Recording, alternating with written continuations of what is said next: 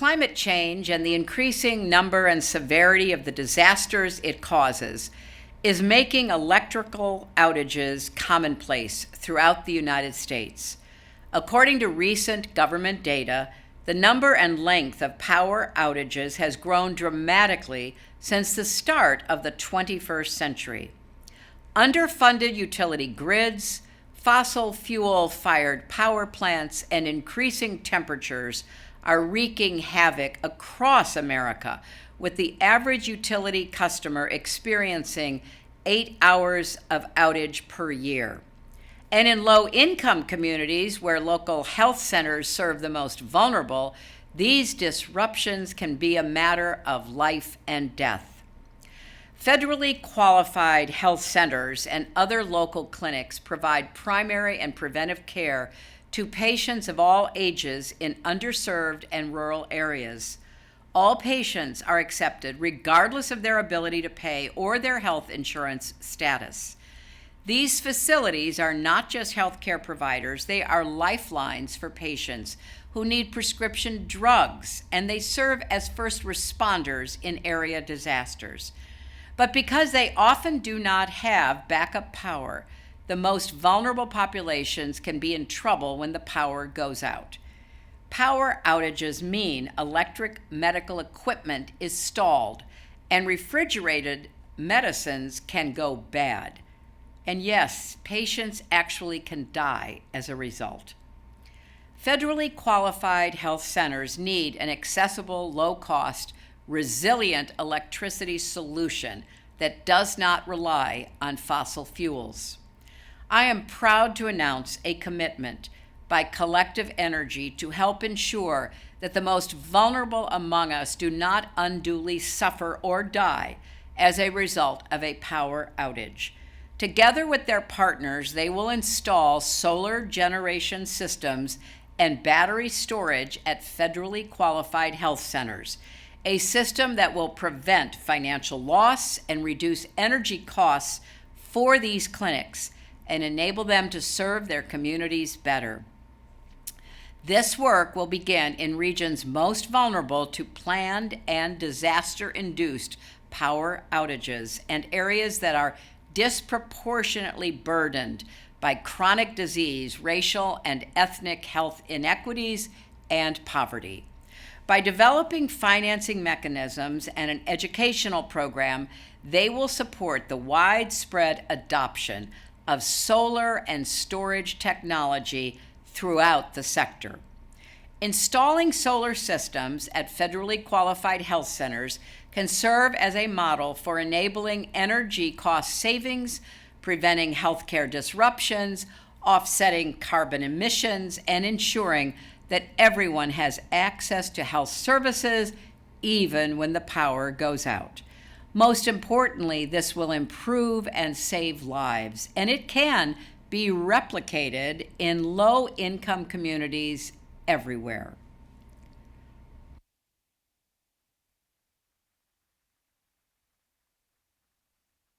Please welcome to the stage Tom Rivet-Karnak, founding partner of Global Optimism.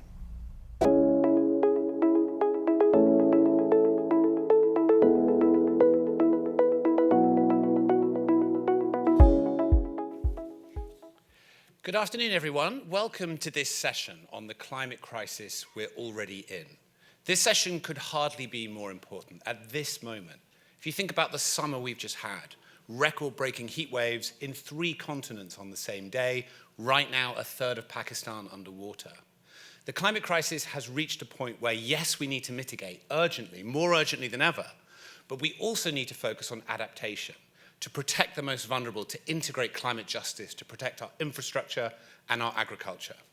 We have, over the next 90 minutes, some fantastic panels with some remarkable speakers. So delighted you're here, and please stay with us for the next 90 minutes. But before we get into it, we've got one more commitment to action. So please can I welcome to the stage Zach Rosenberg, co-founder and CEO of SBP.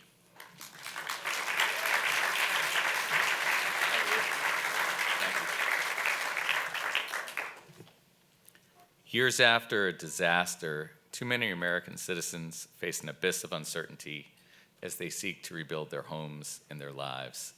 And this is something that is especially true for low-income and minority communities who for so long have endured structured racism and have been closeted into more environmentally dangerous areas. Besides the meager and hard-to-receive FEMA funds, and besides the support of nonprofit organizations, under and uninsured citizens faced a delay of no less than 2.5 years until the HUD funds start to arrive. Like it would for any of us, this uncertainty can lead people to be pushed beyond their breaking point. As a country, we can do better. SBP is implementing a new and transformative impact investment solution to fill a gap in the disaster recovery ecosystem.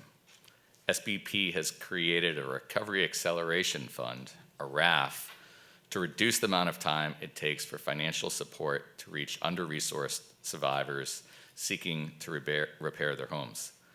The RAF will serve as a scalable model for a bridge loan to assist the most vulnerable families by bringing them home sooner, ensuring financial stability by restoring their home's hard-won equity and reducing the stress and trauma associated with disaster displacement.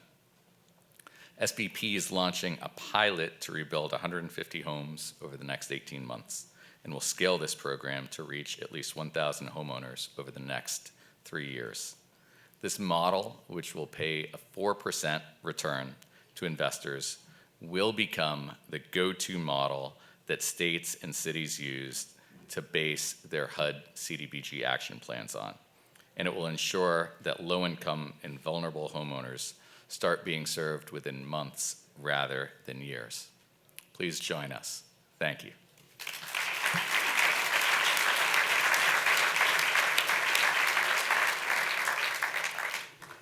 Fabulous. Congratulations, Zach, and thank you for that. Right now, in a moment, you're going to hear a conversation with Governor Newsom, fresh from signing 40 climate-related bills into law. But first, I would like to introduce a remarkable leader who's also going to make a commitment and then interview Governor Newsom. So if I could welcome to the stage Jacqueline Novogratz, CEO of the Acumen Fund, and also Amanda Noose, Senior Vice President of Corporate Responsibility at Target and President of the Target Foundation.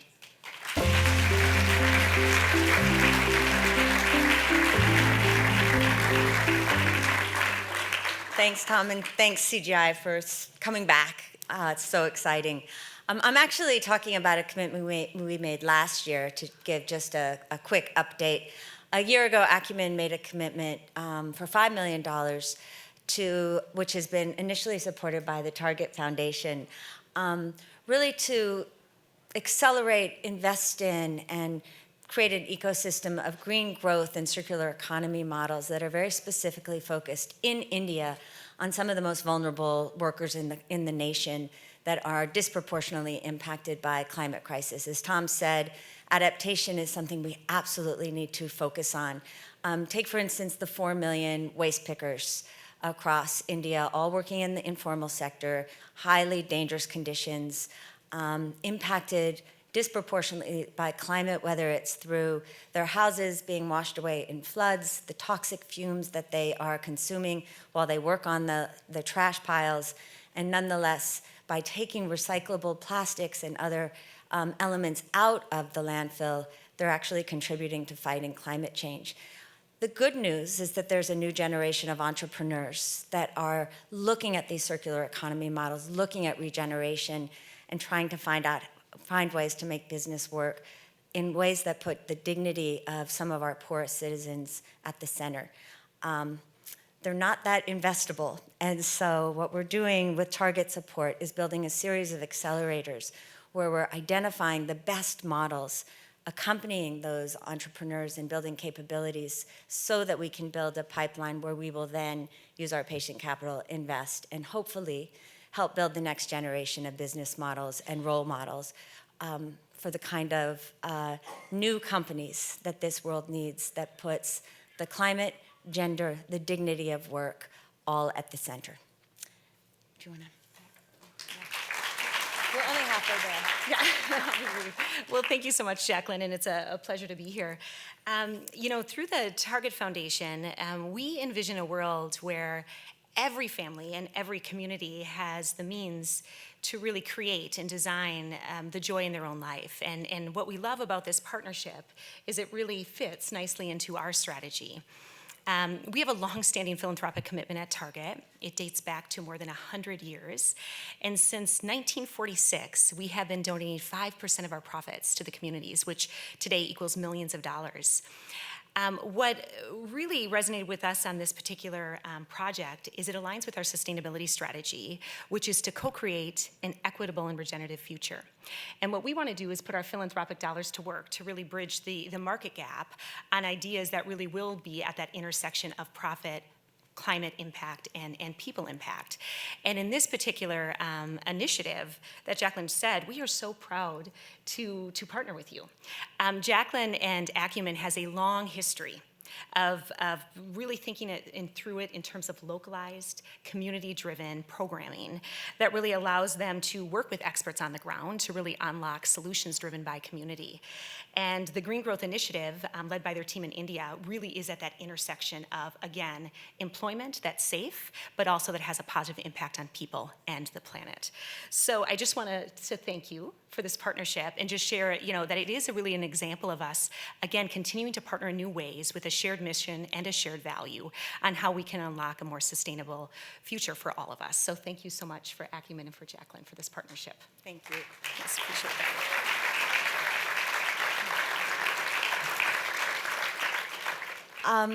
So I talked about adaptation, and it's now my great good fortune to be able to welcome to the stage the governor of California, the 5th largest economy in the world, who has all kinds of climate issues and yet truly has stood through action for not just mitigation, but for adaptation. And we get to talk about it. So please welcome Governor Gavin Newsom.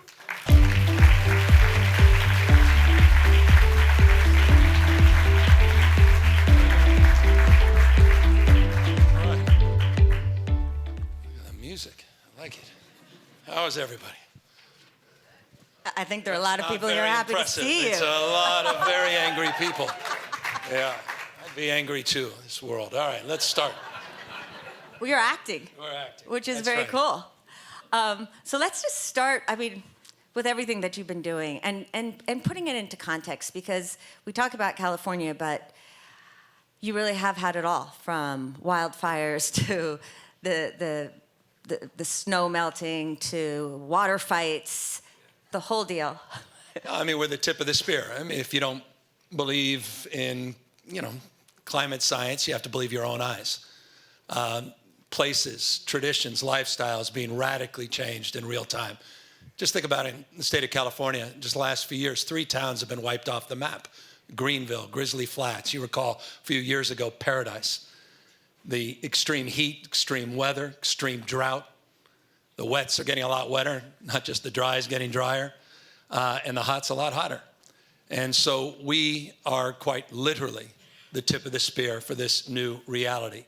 And as a consequence, we have to disabuse ourselves with our old policies and projections, and we have radically reorganized our thinking, and we've taken our ambition, and now we're manifesting an action that is world-beating. What I mean by that is we have not just set forth the most audacious goals, we've backed up those goals with regulation and laws. There's no jurisdiction anywhere in the world that has set now more ambition, backed up by not just policy and a regulatory framework, but by a record-breaking $54 billion we put up in this year's budget to fast track our transition to low carbon green growth. So we're really excited about the future despite this stress.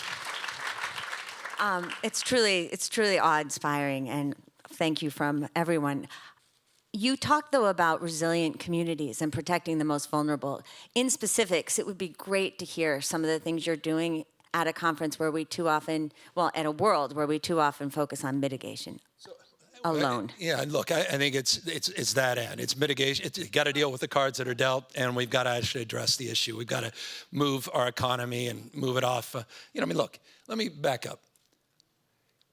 So we've set the goals. These are familiar goals. In 2045, carbon neutrality. We were the first jurisdiction in the United States, I think one, if not the only one in the world, to have codified an executive order I put out 2 years ago that says we will not sell traditional vehicles. By 2035, all the vehicles sold in the state of California will be alternative fuel. By the way, put that in perspective.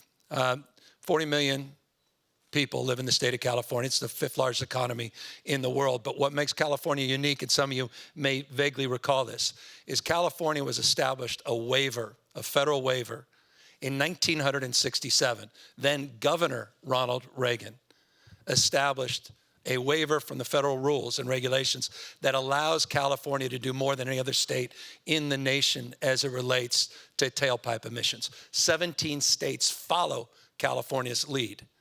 So when California moves, it moves the national market, which in turn has an impact globally.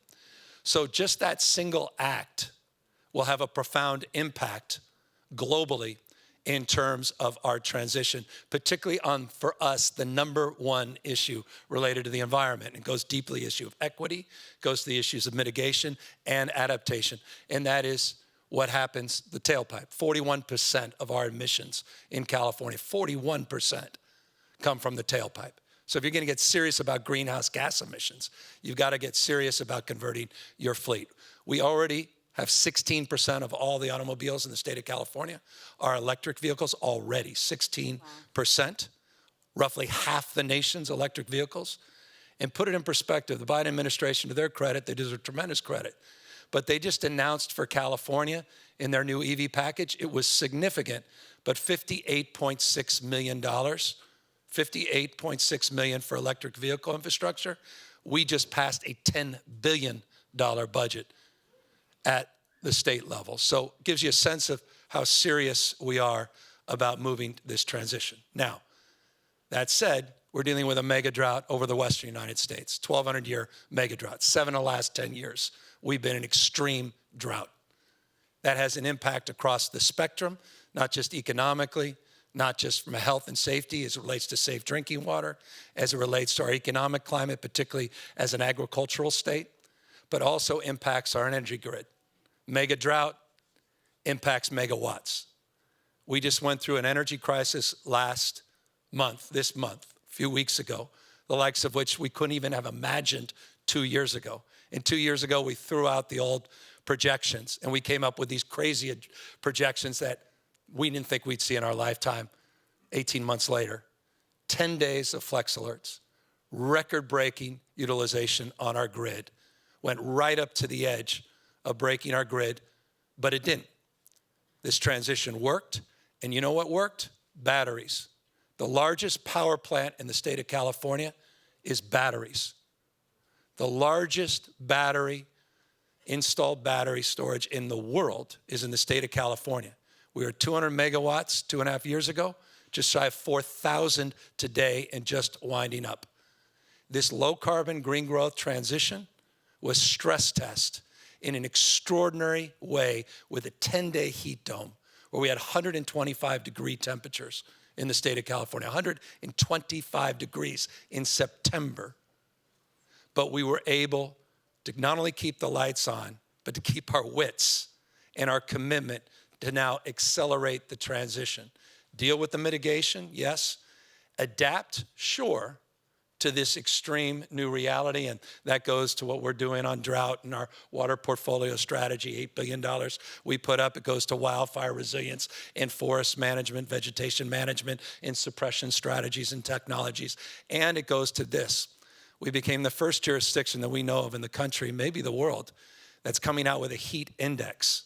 We'll actually score like we do a Category 4 hurricane, the heat in the state. We backed it up with $865 million because we recognize the health and safety consequences and how we need to provide more cooling centers and weatherization and deal with urban heat domes at the same time. So it's a smash mouth focus on the immediate, medium, and long term, but we are as committed and more resolved than we've ever been to accelerate this transition. And with all due respect to those conservative governors out there, Greg Abbott,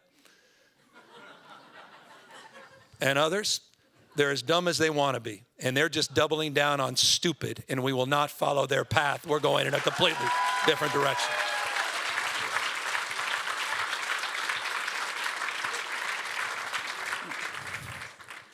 Well, to that point, you've said...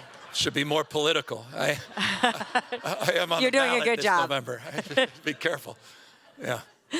Well, to that point, though, you've said that California is America fast forward, and that the scientists said that this was all going to happen by 2040, and here we are. What is the message to any governors that will listen, and frankly, to the rest of the world? No, I mean, it's really interesting. California has socialized a consciousness in this space, and California's not one big blue state.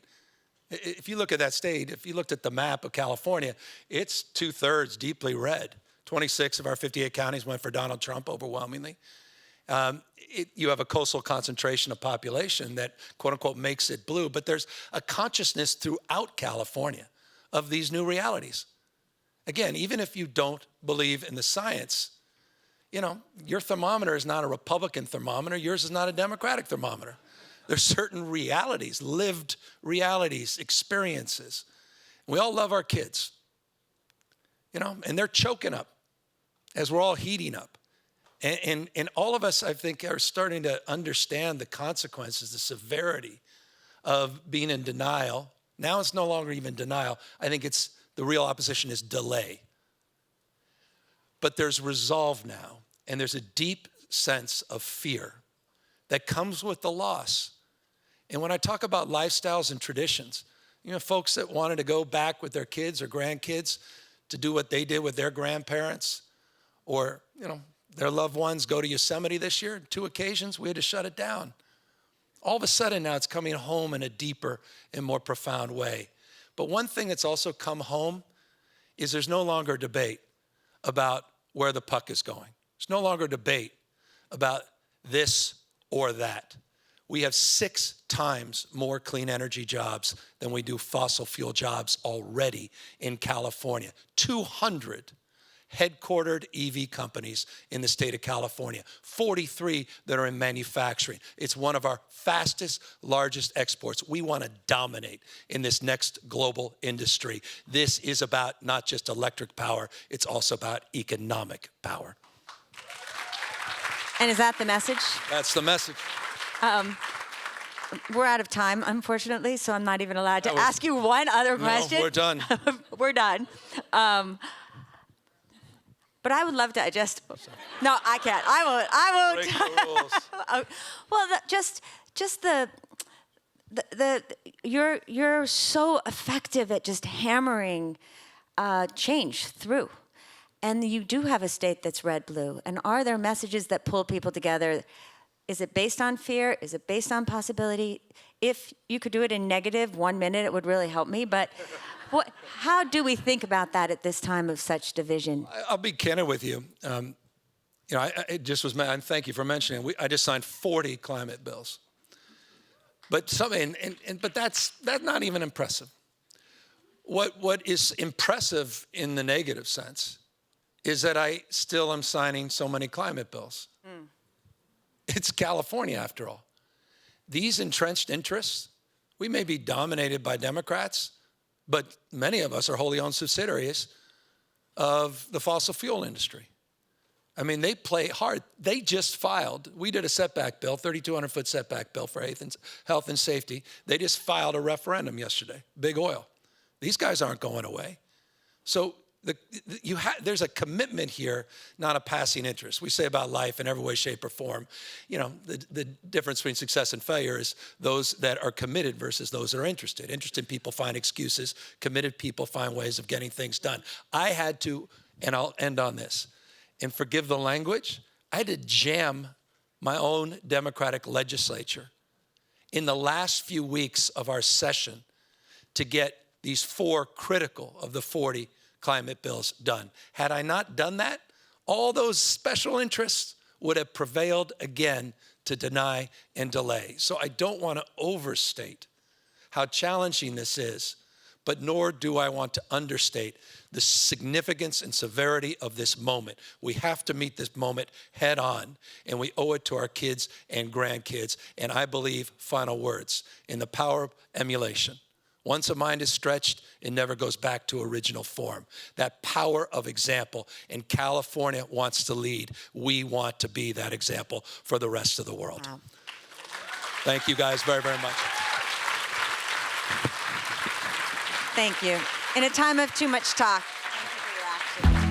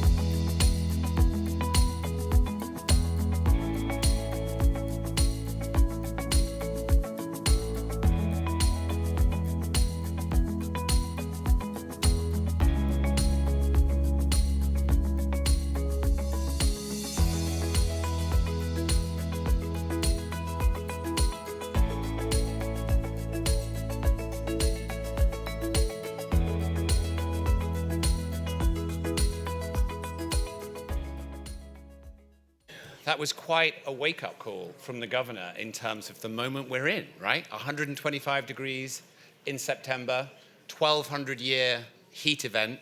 We are now at the moment where we have to prioritize adaptation for the good of all of society, but in particular, the most vulnerable. And that's what this next panel is about. So we're now going to have a conversation about prioritizing adaptation. What does that look like and how do we practically do it? I'd like to invite to the stage Alvaro Lario, President-elect of the International Fund for Agricultural Development. Join me in welcoming to the stage Jennifer Granholm, US Secretary of Energy. And Manish Bapna, President and CEO of the Natural Resources Defense Council.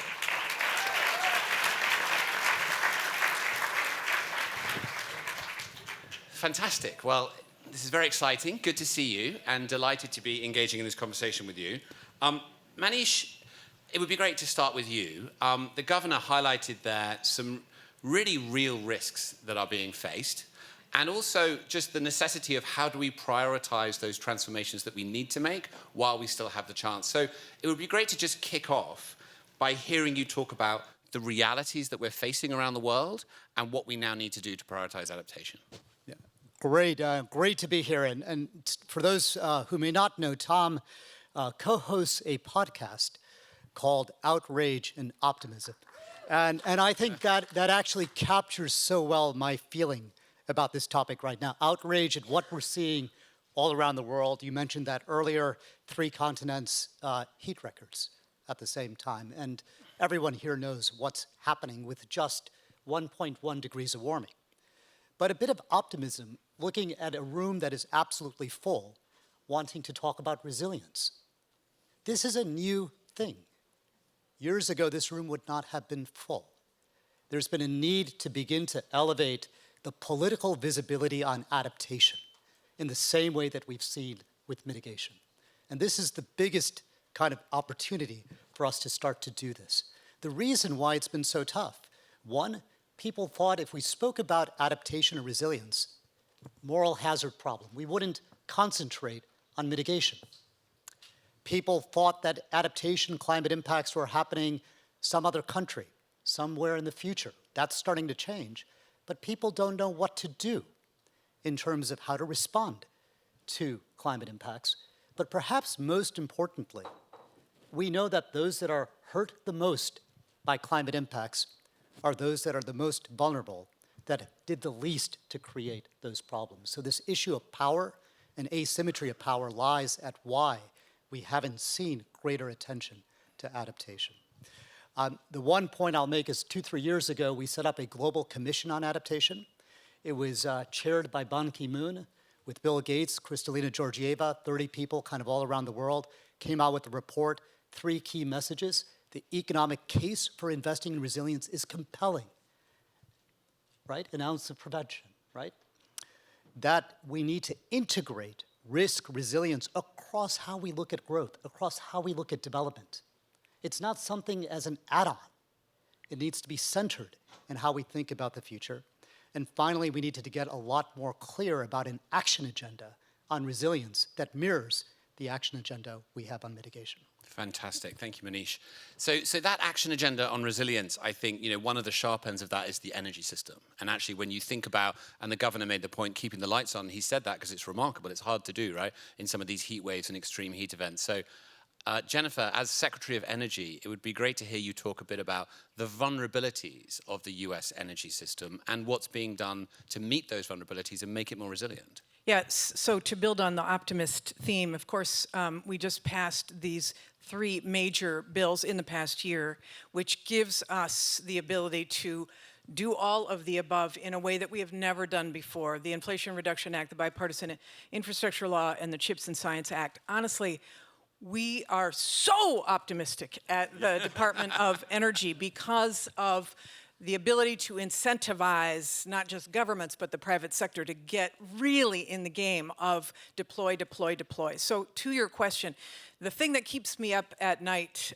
most really is the electric grid. We have got to add, the president has a goal of getting to 100% clean electricity by 2035. That's our goal. That's what we have at the top of our meetings at the Department of Energy. How are we going to get there? The foundation, the infrastructure for that is the biggest machinery, the biggest connected machinery that ever was, which is the U.S. electric grid. It has 600,000 miles of transmission, 5.5 million miles of distribution wires to your home. Huge. However, if we're going to get to 100% clean electricity by 2035, the United States alone has to add 2,000 gigawatts of clean electricity by 2035. That's a huge amount. We cannot do it on the existing grid. We have to essentially double, depending on the kind of energy we use, maybe even triple the size of the existing grid. And we've got to do it in a way that is resilient. We've got a grid that was built on poles in many cases in the 50s and 60s. It is very vulnerable. We speak at a moment when we see the Hurricane Fiona in Puerto Rico having again wiped out, at least the electricity for Puerto Rico. So we can go on about all of these extreme weather events which we are seeing. But if we don't have a grid that has the capacity that we need for clean electricity, as well as the resilience to make it a strong grid to withstand these extreme weather events, even as we are trying to mitigate the impacts of climate change by adding clean energy, and a grid that is also secure from a cyber perspective, then we will have missed the boat entirely. So the climate agenda of the Biden administration has added billions of dollars to the resiliency of the grid. The next step, I hope, the president will say that he got a huge amount, but it is a product of compromise, and I hope that the next step allows us to incentivize through tax credits building out more of the capacity of the electric grid. But the bottom line is, this is the thing that is so important. I hope we get a chance to talk about what we add to that grid, right. The clean electricity that we add on that grid, but the capacity of the grid has got to be something we address right away. And a very quick follow-up on that, because that's such a fascinating area. That is an astonishingly large task, right, to update that grid. Where's as a clear optimist, and I work with many optimists, but you clearly are one as well, where do you fall on your level of optimism now with these new remarkable bills in place that we're going to be able to do that? Yeah, I think we are going to be able to do it. We have until 2035, right? Okay, yeah. So we've got we've got way too much power stopped at the interconnection queues, and we've got to blast through that. We have issues related to how we permit transmission that we're working on with FERC, et cetera. I know there's a permitting bill that has some amount of controversy associated with it, but we do need to figure out how we respect NEPA and the environmental laws and get clean electricity out there, and especially on public lands and rights of ways and areas where we are not disturbing tribal or sacred lands, for example, in areas that are easier to permit where you don't have the NIMBY problems. All of that is happening right now. We're doing major planning strategy, which we will be releasing very shortly. But the bottom line is I'm confident we can get there if we keep moving and add 1 or 2 additional tools. I love it. Okay, great. So Alvaro, can I turn to you? Because along with updating our infrastructure, we need to also focus on agriculture. And just as the Secretary said, we need to add all of these gigawatts. We also need to grow more food, right? We have a growing population around the world. And in many ways, farmers are at the sharp end of the climate impacts. They're the ones that feel it most in terms of drought and floods, etc. So can you set out for us some of those challenges and what's being done to meet them around the world? Thank you very much, and thank you for the invitation. I'm very happy to join the group of optimists. Indeed, when you work in development, you have to be an optimist.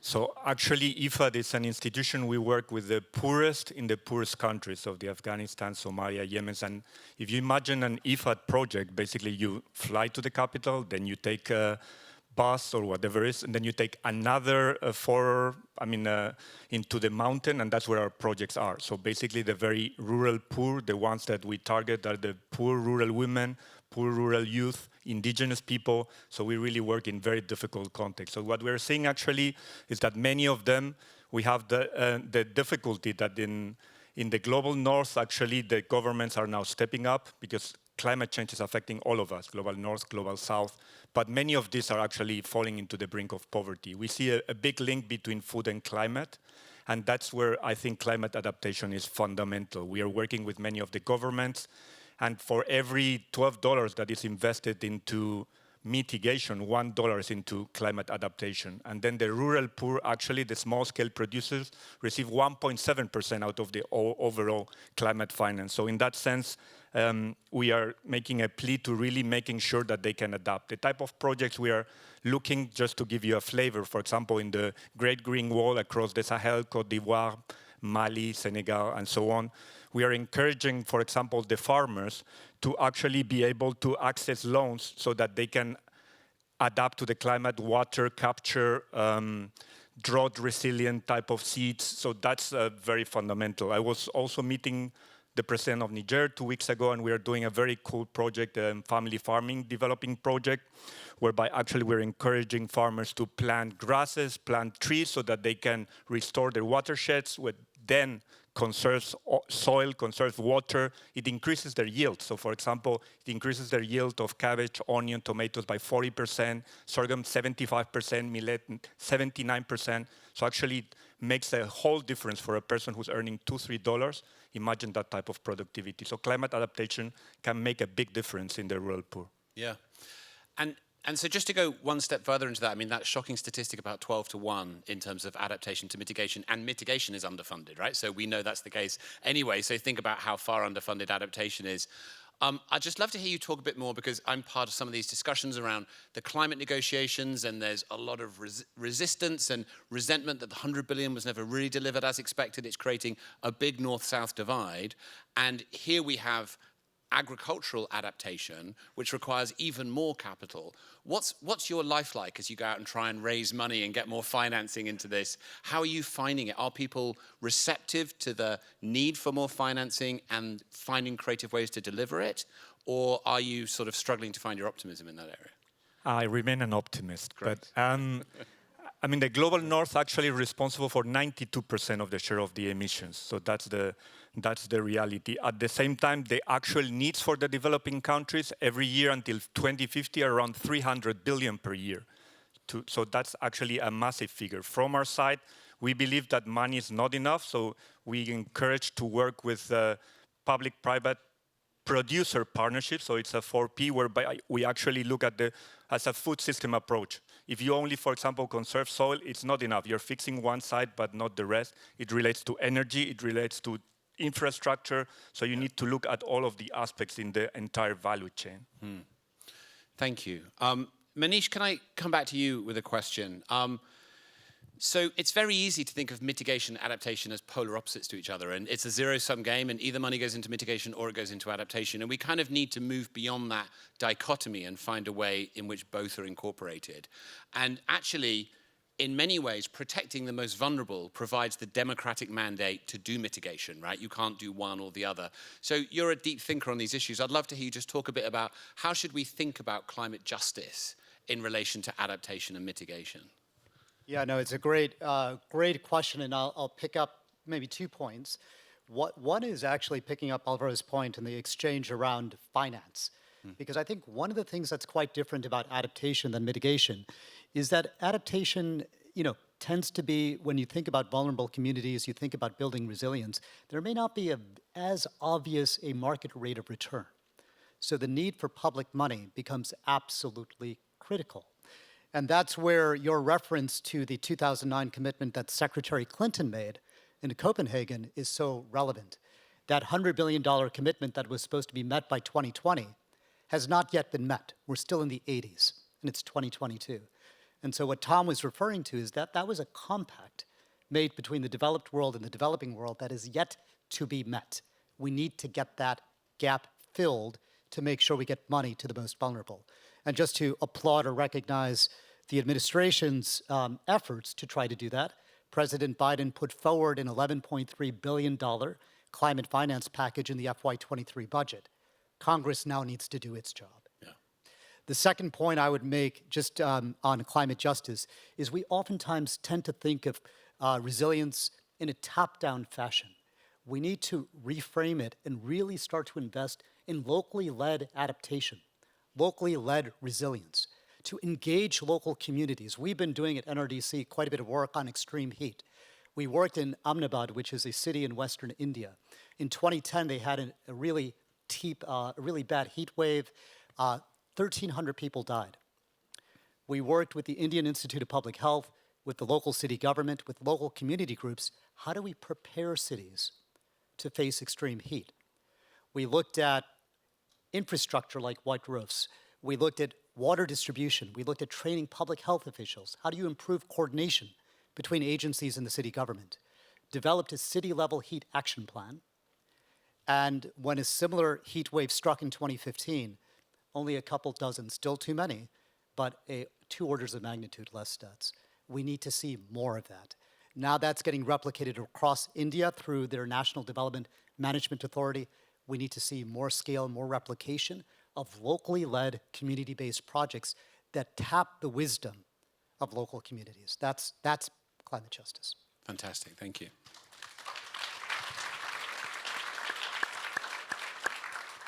So, Secretary Granholm, the Inflation Reduction Act, which is the most remarkable achievement, I have to say. Everyone around the world, we were completely stunned and delighted when you I sort of feel it deserves a round of applause still, actually, yeah.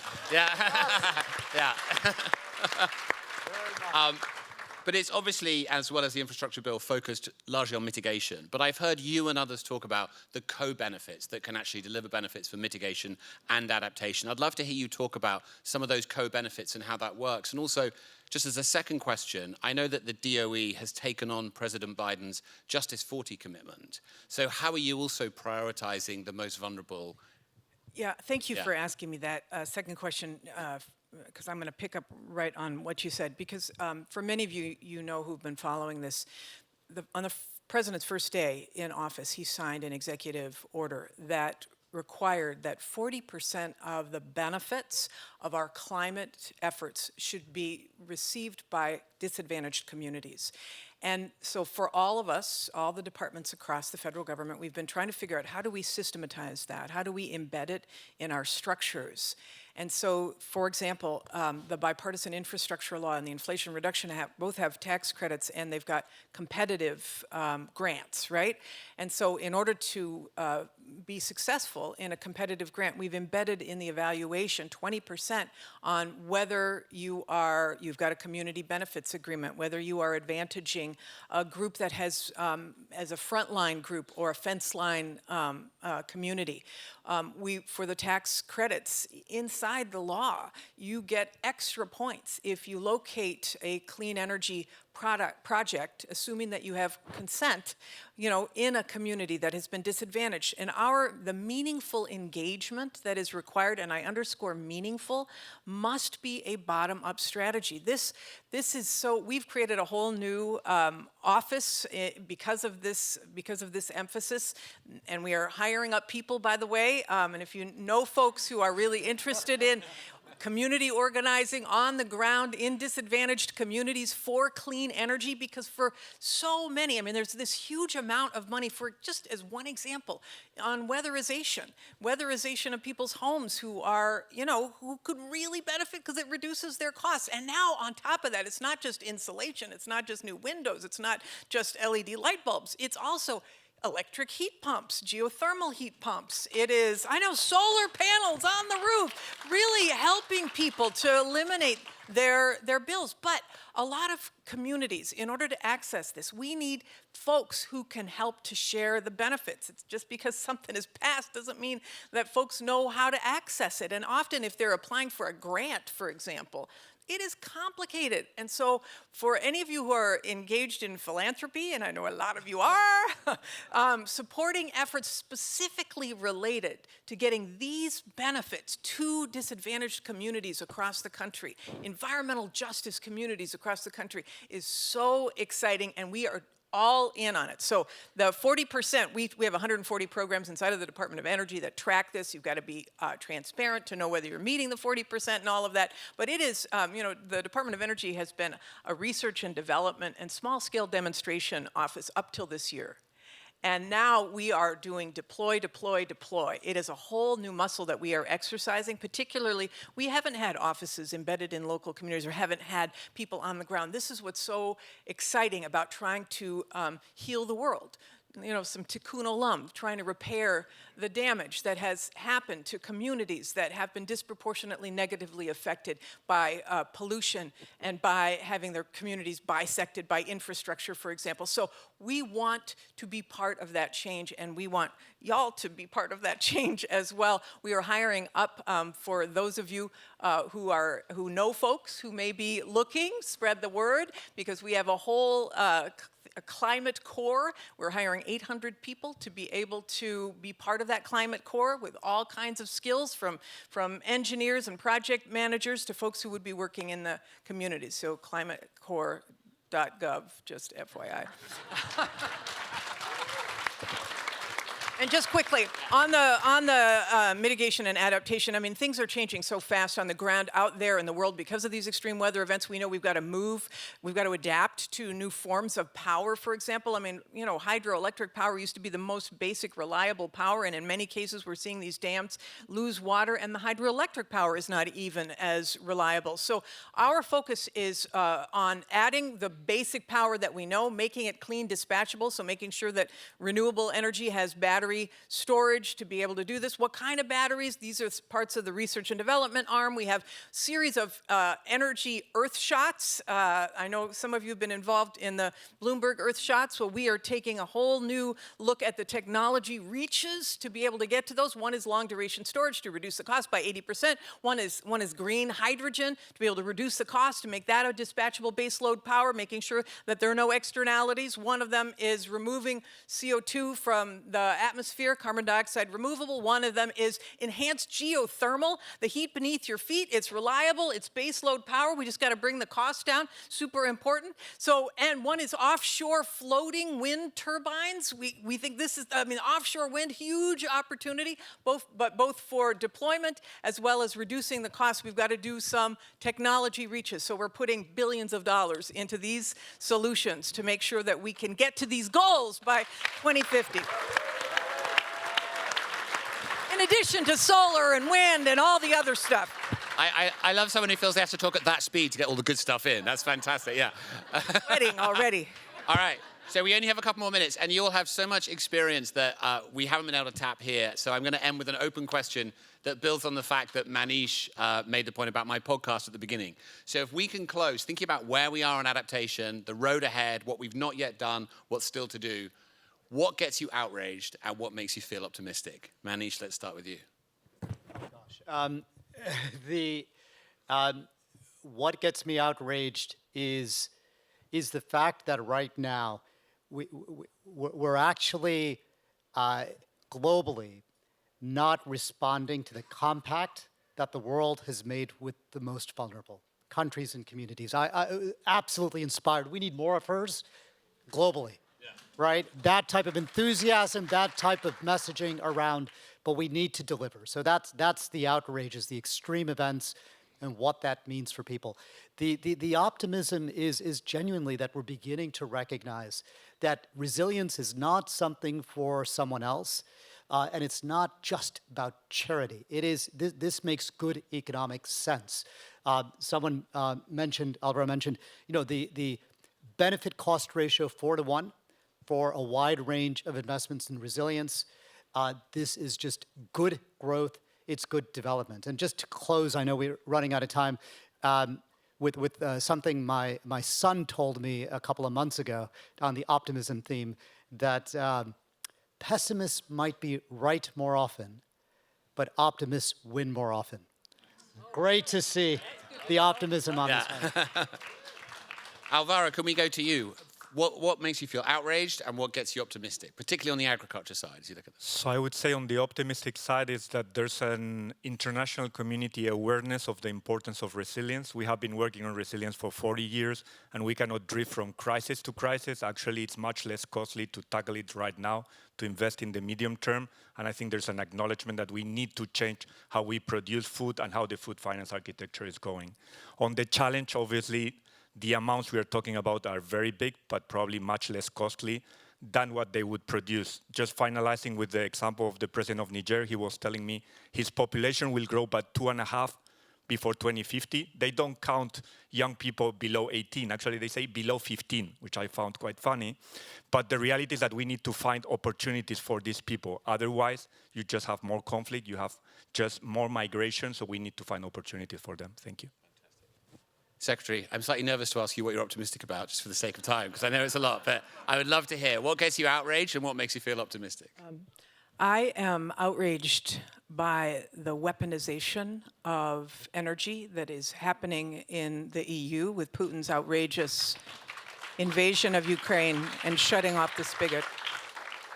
And on the flip side, I am optimistic that the European nations, but all other nations who see this, are saying to themselves, we can no longer rely upon the volatility of fossil fuels or energy produced by countries who don't share our values. And therefore, we will accelerate because, and this is my counterpart, I often quote him in Ireland, Minister Ryan has said, remember that no country has ever been held hostage to access to the sun. No country has ever been held hostage to the wind. Maybe this push toward clean, homegrown, energy-secure power is the greatest peace plan we will ever know.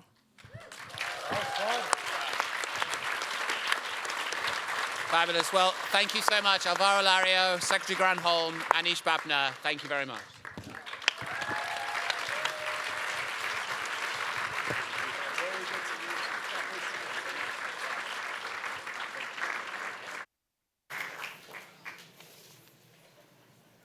Okay, so stay where you are. We've got some more fantastic stuff coming up. So thank you very much to our panelists. And we're just going to make a small rearrangement behind me. Now, next, we're going to get into some of the hard elements of actually implementing adaptation. And so much of what we have to do actually is to do with water and the issues around water and infrastructure, too much, too little, etc. So in a minute, we're going to come to a panel where we're going to talk about adaptation and water in particular. But first, we've got one more commitment to action. So I'd like to welcome to the stage the co-founders of water.org, Gary White and Matt Damon.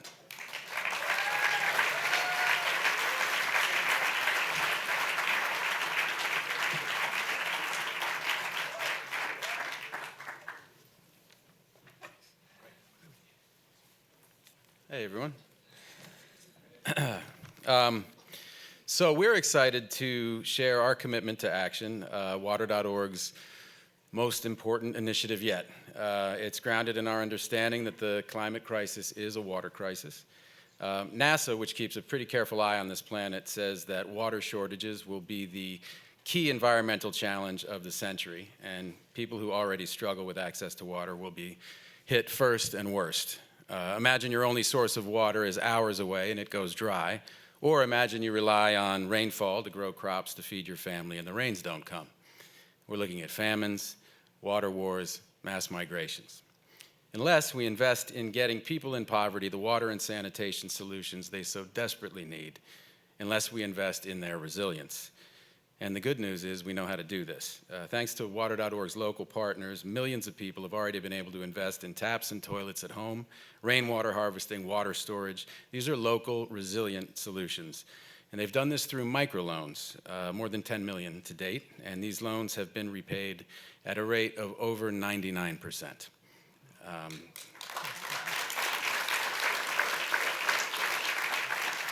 So this work has actually been so successful, our partners have struggled to keep up with demand, and such enormous demand that the supply of these solutions just can't meet it. So that's why we're now investing in building that supply, helping water utilities raise the capital they need to expand access. We know that the need is there, and the paying customers are there, and now we need to get the water pipes there, the sewer pipes there, and stop losing so much precious water and energy in the process. So Gary and I first met here at CGI in 2008. 1 year later, we stood on the stage and nervously made our first pledge. We were nervous because we understood the whole deal here at CGI. If you make a commitment, you have to hit it. And that's really the beauty of this event. So in 2009, Gary and I pledged to reach 50,000 people in Haiti with access to clean water. Today, 13 years later, Water.org will celebrate reaching 50 million people around the world.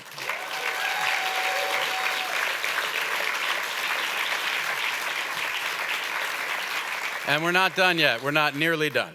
We are proud to stand here today and to launch our most ambitious initiative to date, a $1 billion portfolio of funds that will reach 100 million people in poverty with water and sanitation.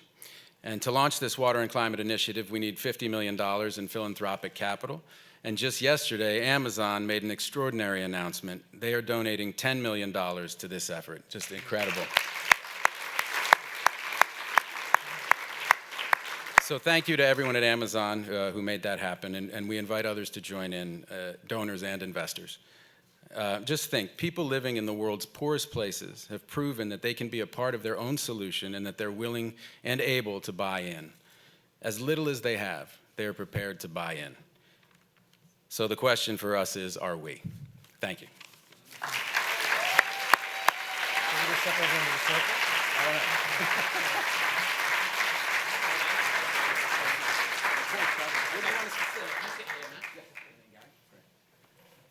Fantastic. Congratulations on that commitment. Remarkable the progress you've made and what you're now going to do. So we're now going to have a conversation about what's been committed to and other things. And I'd like to invite our other panelists to join us. So please welcome Anne Mukherjee, CEO of Pernod Ricard North America, and Cara Hurst, Vice President of Worldwide Sustainability at Amazon.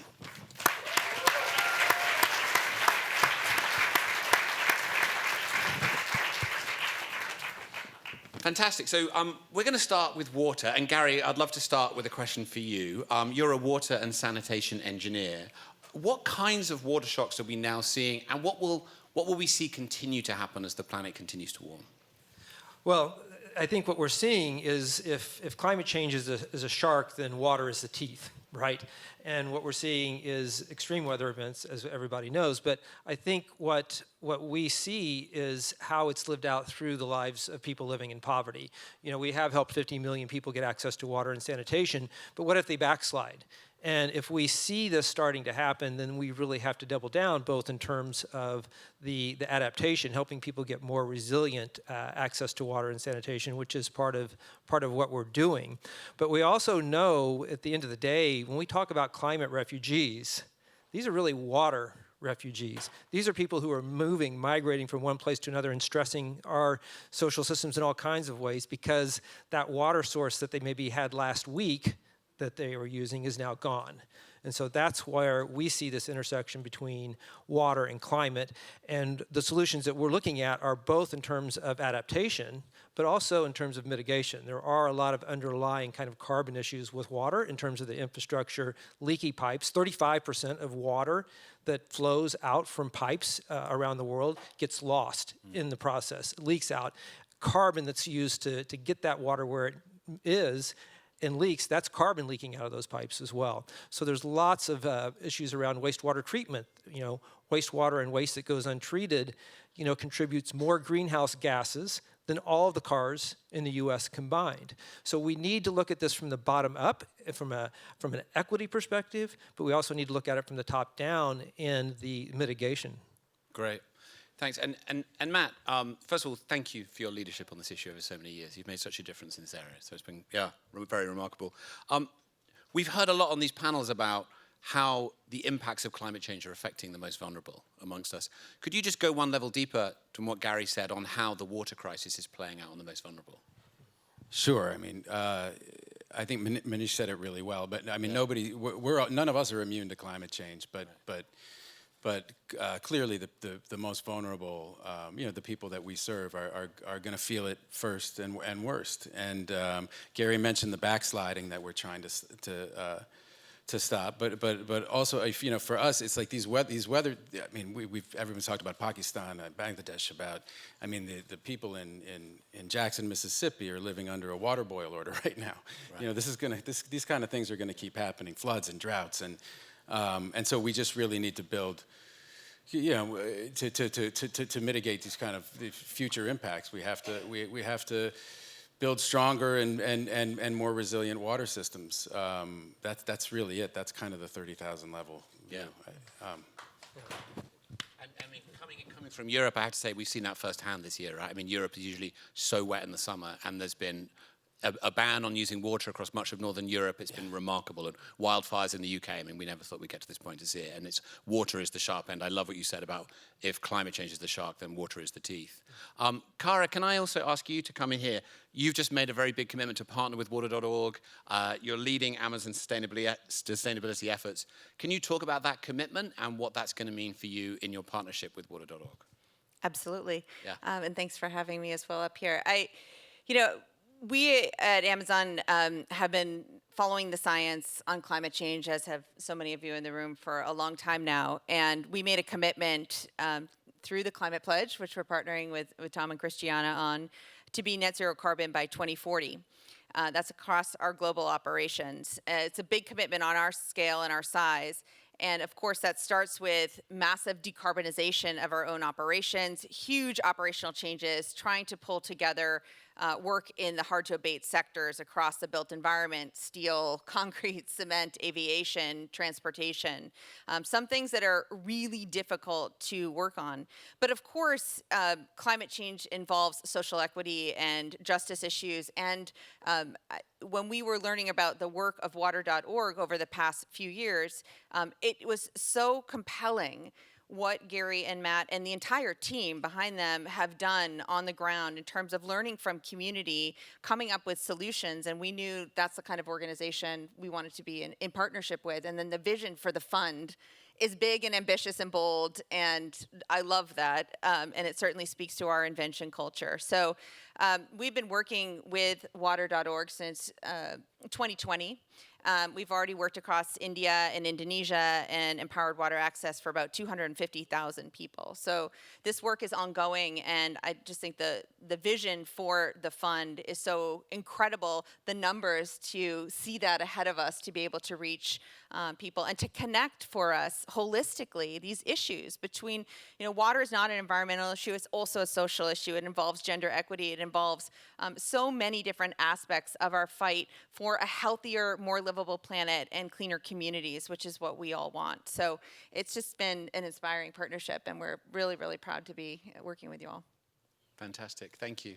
Anne, let's turn to you. Pernod Ricard, you obviously face risks from a changing climate as a business, looking at your operations and your supply chain. I'd love to just hear you talk a bit about those risks and how you're adapting to meet them. Yeah, I have to wonder, if you're in the audience, what the heck is a CEO of an alcohol company doing up here? It's like, really? But, let me remind everyone, hopefully you'll have a little cocktail tonight.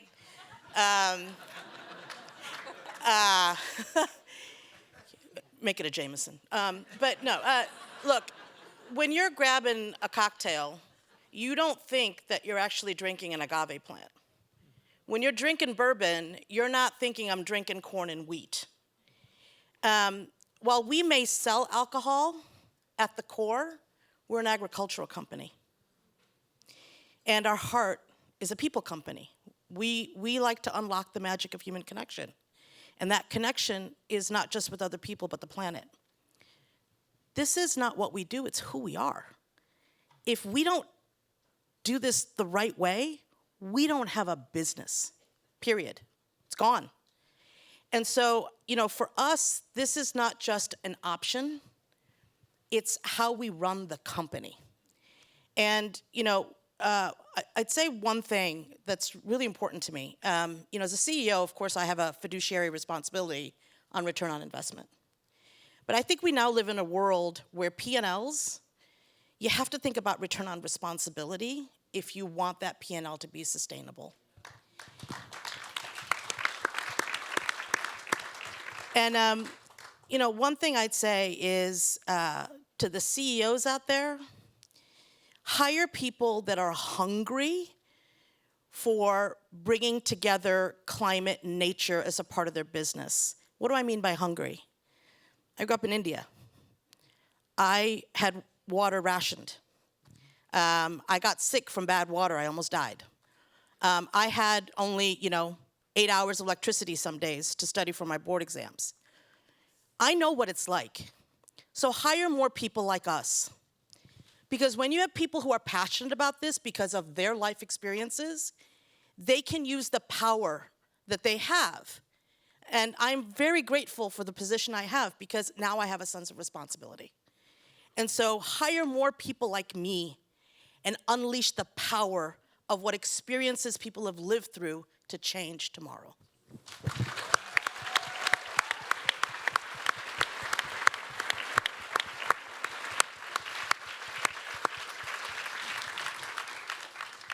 That was fabulous. Thank you so much. So Kara, I'd love to come back to you because we've talked a lot on these panels about the impacts on communities and rural areas. But in your position, running worldwide sustainability for Amazon, if we think about the complexity and the immense size of Amazon's supply chain and the millions of people that rely, as we saw in the pandemic, on you making all of that work and delivering the packages such as you need to, take us into your world a bit around how do you make Amazon's supply chain resilient to climate shocks? And what are you seeing? What's keeping you up at night and how are you solving those problems? I'll make it brief. No. Yeah, I really resonate with what you're saying, Anne, because I feel an absolute passion but obligation to utilize our size and our scale for good. There's no other reason to kind of think about how we operate in community other than to try and make it healthy or to try and bring solutions, to try and involve community in solutions that we know exist and yet need to get to scale. And you're absolutely right about bringing also people who have that lived experience into that work and into that passion. So one of the things that we try to do is to think about all of the places that we have a lever to pull. And that can be within our own fulfillment and logistics network. It can be within our physical place within a community. It can be in the work with our sellers and vendors, and over 50% of what's sold on Amazon is small and medium-sized enterprises. These are folks who have an idea and they're trying to scale it themselves. And so working throughout our whole network, first and foremost, we want to keep our people safe and we want to keep our communities healthy. And so when we think about that, the electrification that we can bring, when we established that pledge in 2019, we had been working to get electric vehicles, that we could procure into our system. And think about, we were trying to send a demand signal for that. And frankly, it was very challenging. So we decided at that time to partner with a company called Rivian, and we ordered 100,000 electric delivery vans because it was a shot across the bow to say, this is serious. We want to see this industry transform. We established a $100 million Right Now Climate Fund, which is about right now we need to invest in communities on mitigation, adaptation, resiliency. We need to invest in nature-based solutions.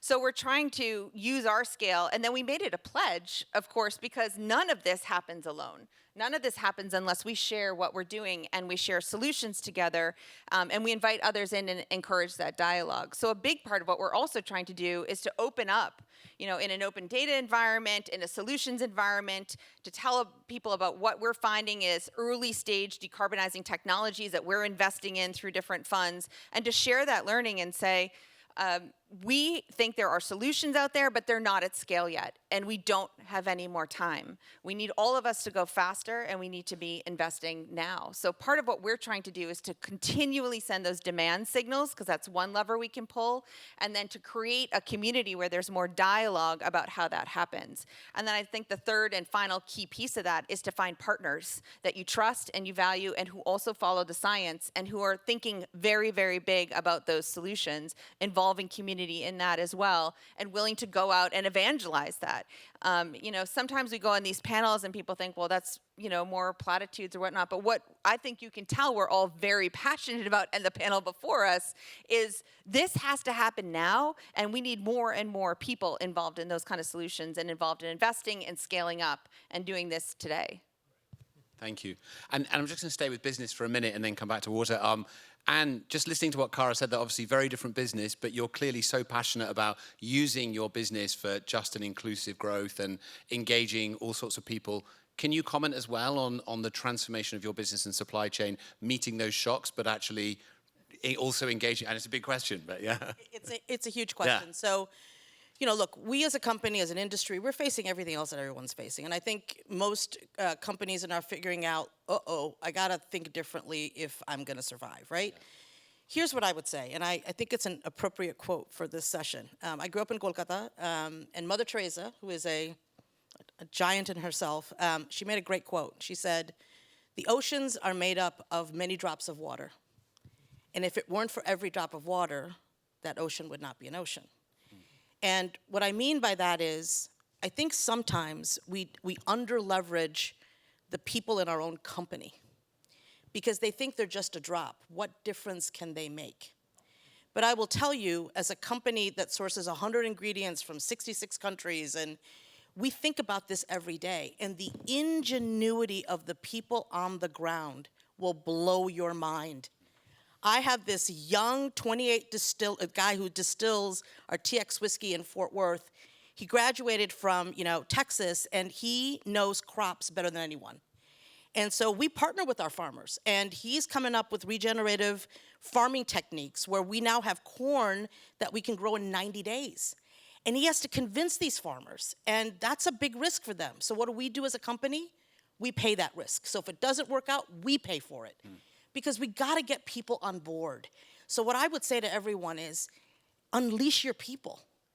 Help them understand that even though they're a drop, collectively they can make a wave and leverage their ingenuity for change. Fabulous, thank you. And that beautiful comment about the ocean is made up of many drops of water actually makes me think, Gary, of what you have said many times, right? Which is that the best people to solve some of these crises are the people who are suffering at the sharp end of them. So I'd love to hear you talk a bit about that. Yeah, that's absolutely right. And in this concept of unleashing the power, from the people, that's exactly what we're doing. And I can just give you one example, right? What we believe is that the people living in water poverty are the ones who know best how to solve it for themselves. So we don't come in and drill wells and give them away. What we do is we help them get access to the affordable financing that they need so that they can get beyond their kind of existence in terms of water poverty, right? Matt and I talk a lot about people we meet, and we see that it's expensive to be poor. And let me tell you, a woman we met in the Philippines, Luna Riza, she was having to pay $60 a month to a water vendor who would come around and sell, not even safe water off the back of a truck because she couldn't afford about $250 to connect to the utility, right? So every day she was paying $2. She was able to figure out how to get a water connection to the utility. She was able to get a loan from one of our local partners. She then was paying $10 a month, $5 to service the loan and $5 for her water tariff. So there was $50 every month of created value that she was able to kind of tap into for herself. And that is how this whole system of going all the way to what we announced, which is $1 billion portfolio of investments to provide financial returns to investors, risk-adjusted financial returns in the capital markets. We can then take that because we've created the financial plumbing that connects those capital markets to people like Lenadiza. And that's why, we're here inviting people with, we have lots of on-ramps. We need the philanthropy to like match what Amazon's doing to get us to expand this model to new places. But we need the investment capital. And it's on us now. If more than 1 billion people who don't have water and sanitation continue to go without, when they're willing to step up and provide that loan, to take that loan, and all we have to do is to reach out with the capital while getting a financial return to solve this crisis. So if we can't do it when the poor are willing to meet us halfway with that investment capital, then I don't think we're ever going to get traction on this. Yeah, and this is just really quickly to backfill that really fast. So we were in India about 8 years ago, and we were meeting with all our microfinance partners, and we were kind of informally polling them, and they all reported back that their biggest bottleneck was access to affordable capital, and that's what got us thinking about this asset manager and this idea of creating a sister organization that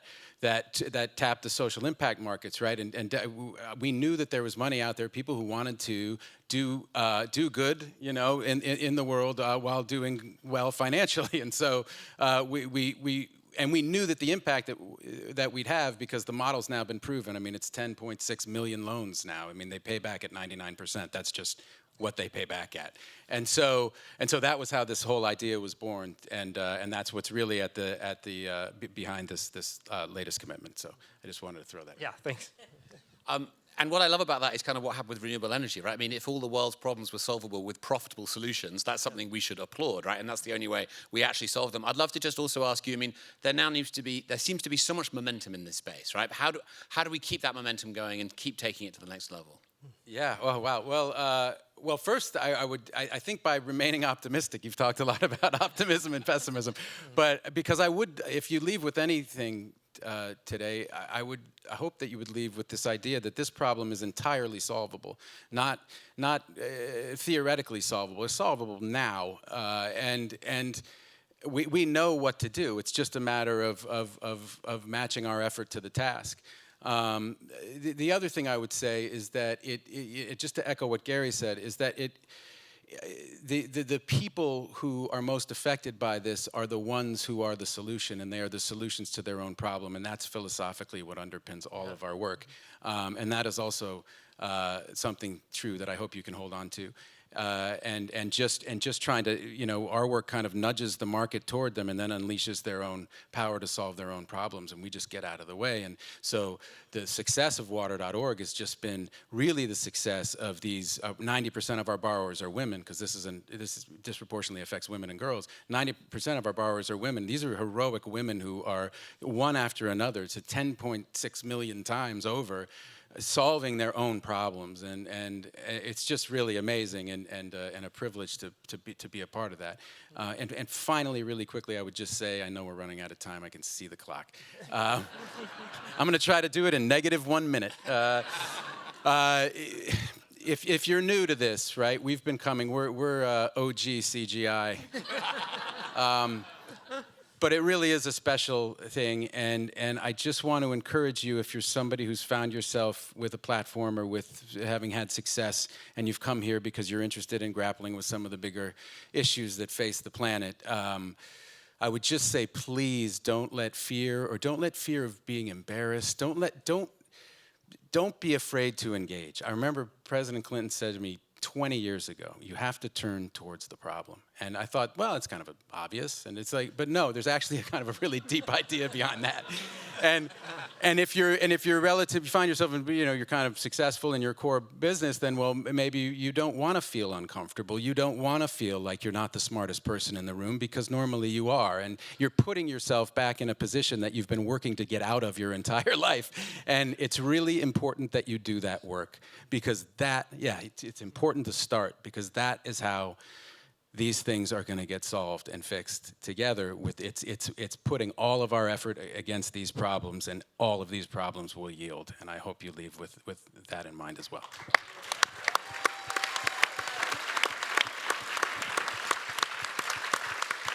So, sadly, we are out of time. Gary White, Matt Damon, Cara Hurst, and Mukherjee, thank you so much for joining us. Thank you.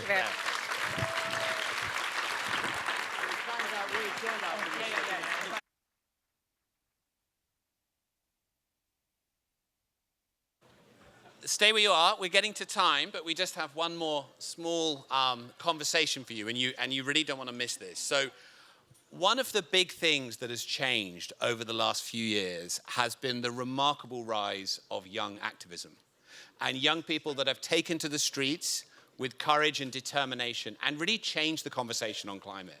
And of course, that is a movement that has changed so much in our world, but there's various leaders in that movement who have really taken the opportunity to change the conversation. And one of those young women is sitting in the room today, so I'd like you to join me in welcoming Shia Bastida.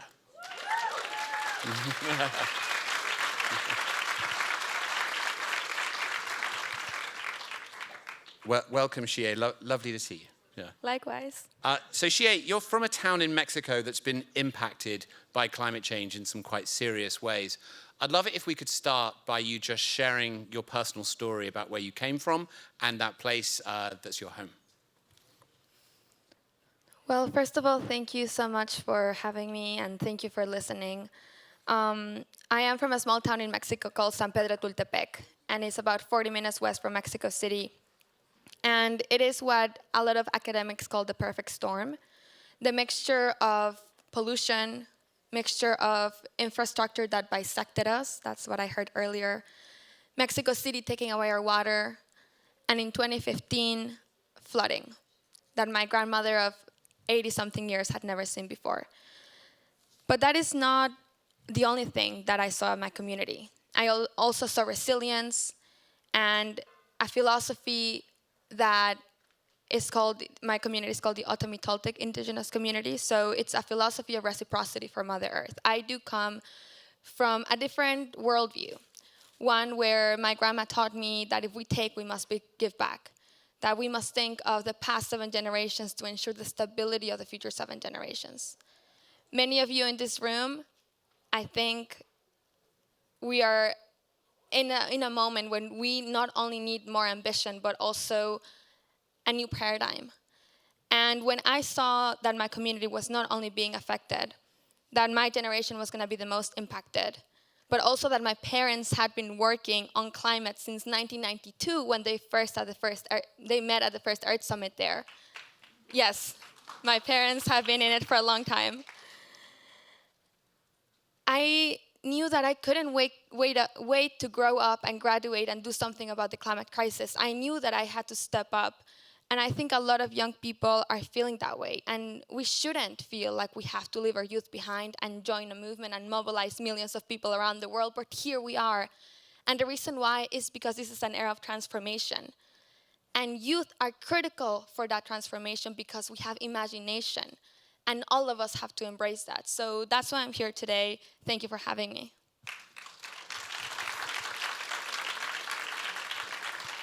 And Shia, having known you a bit and watched the trajectory that you've been on and the impact you've had, I think that what you said, that different paradigm, that ability to see the world in a different way, has been a very significant part of what you've brought and has changed many different conversations.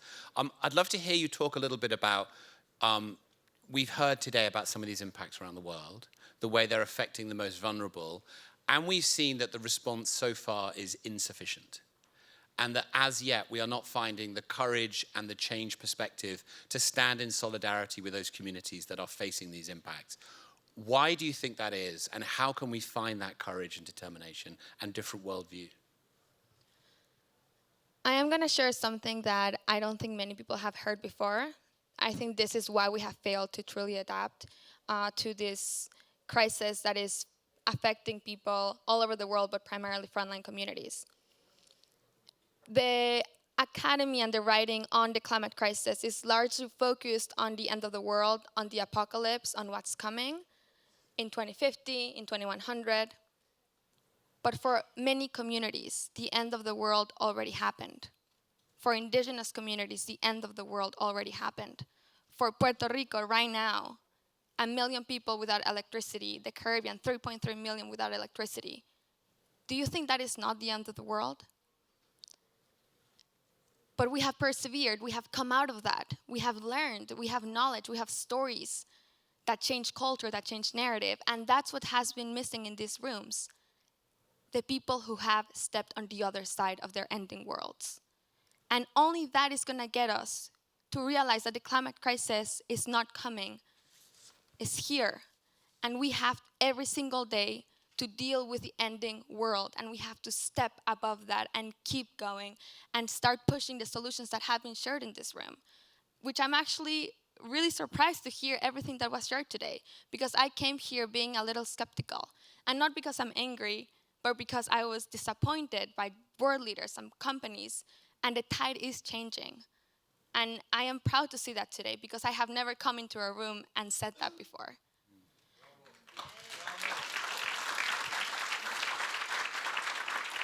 I think just think about what you just said, and I also think your particular leadership in this movement, what you managed to do, we've talked a bit about optimism today. You managed to, I've seen you do this many times, come into a room and be very clear about what you demand and what the future generations require, but to do it with a sense of empowerment and optimism. I'd love to just hear you talk about where that comes from and where you find that, because that's understandably, many young people are just very angry. And we should acknowledge that that comes from a place of pain, and that's not anything that we should anything other than respect. But you also bring a sense of joy and optimism to your activism. So I'd love to hear you talk about that a bit as well. The reason why I am a stubborn optimist, and I think all of us should embody that, is because I want to build a world with joy, and you cannot get a world that is joyous without joy in the process.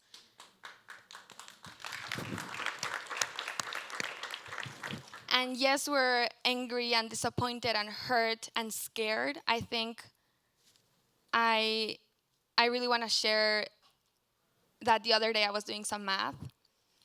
My kid is gonna have, if I have kids at 30, it's gonna be like, I don't know, like 20, 32, and then my kids are gonna have kids.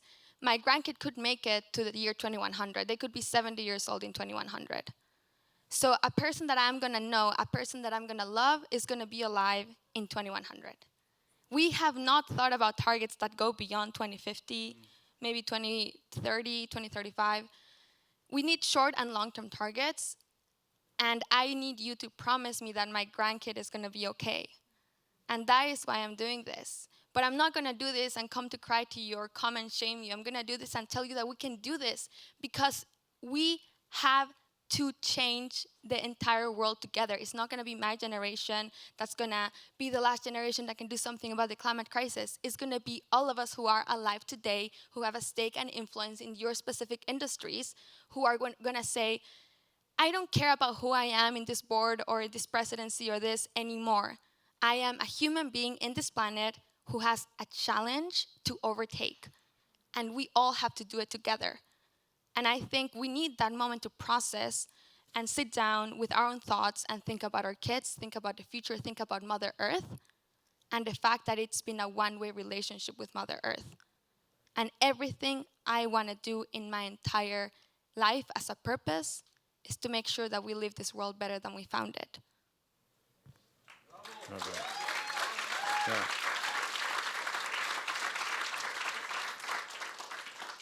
So last night, Shia, I was at a dinner where there were about 60 billionaires in the room. And I'm not a billionaire, I should hasten to add, yeah. And it was a dinner focused on getting more philanthropy into climate. And Christiana Figueres, who you know and I work with, was speaking from the panel, and she said, I would like to see a show of hands of who believes we can reduce emissions by 50% by 2030? Not a single hand. I'd like to ask you, how do we change? Because the truth is the future is uncertain, right? They don't know that. We don't know that. But that perspective creates a certain path dependency.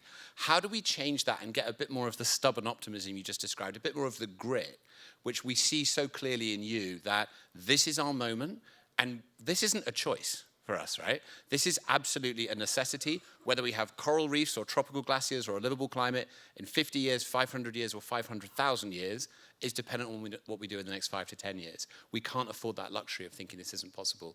How do we take where we are now and make the kind of transformation and the kind of connection that you evidently have and help more people experience that? Easy question, right?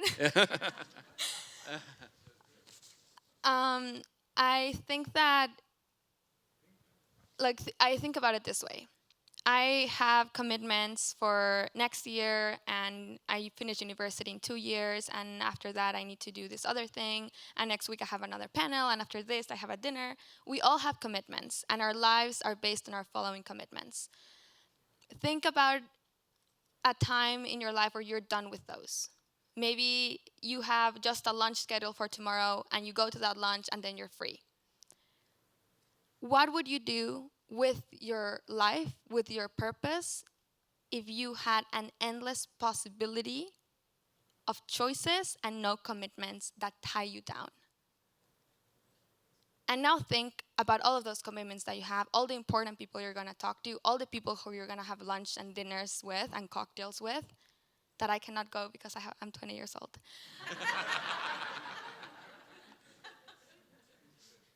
And think about the fact that you're a different person now. And you're not only gonna accept the next budget that only has 10% in climate and 10% in mitigation and 10% in adaptation, but about how every single dollar, every single decision is to save this planet. It is something that I don't think our brains can comprehend, but maybe we can feel it. And that is what I want to invite you to do, because historically, in international relations theory, it says you cannot have emotions in decision making because that makes you weak. But I believe that emotions and joy and love makes us strong, because they make us real, and they make us feel, and they make us have the ability to make decisions that actually are protective, not destructive.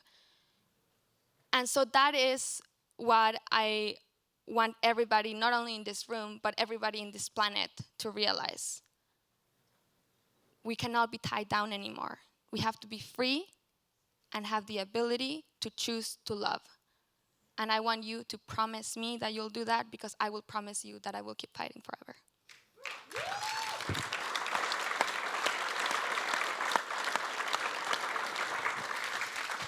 Well, unless you have another comment you want to make, I honestly can't think of a better place to end the panel. And thank you so much. It's always been such an inspiration to see you and speak to you and see the impact you've made.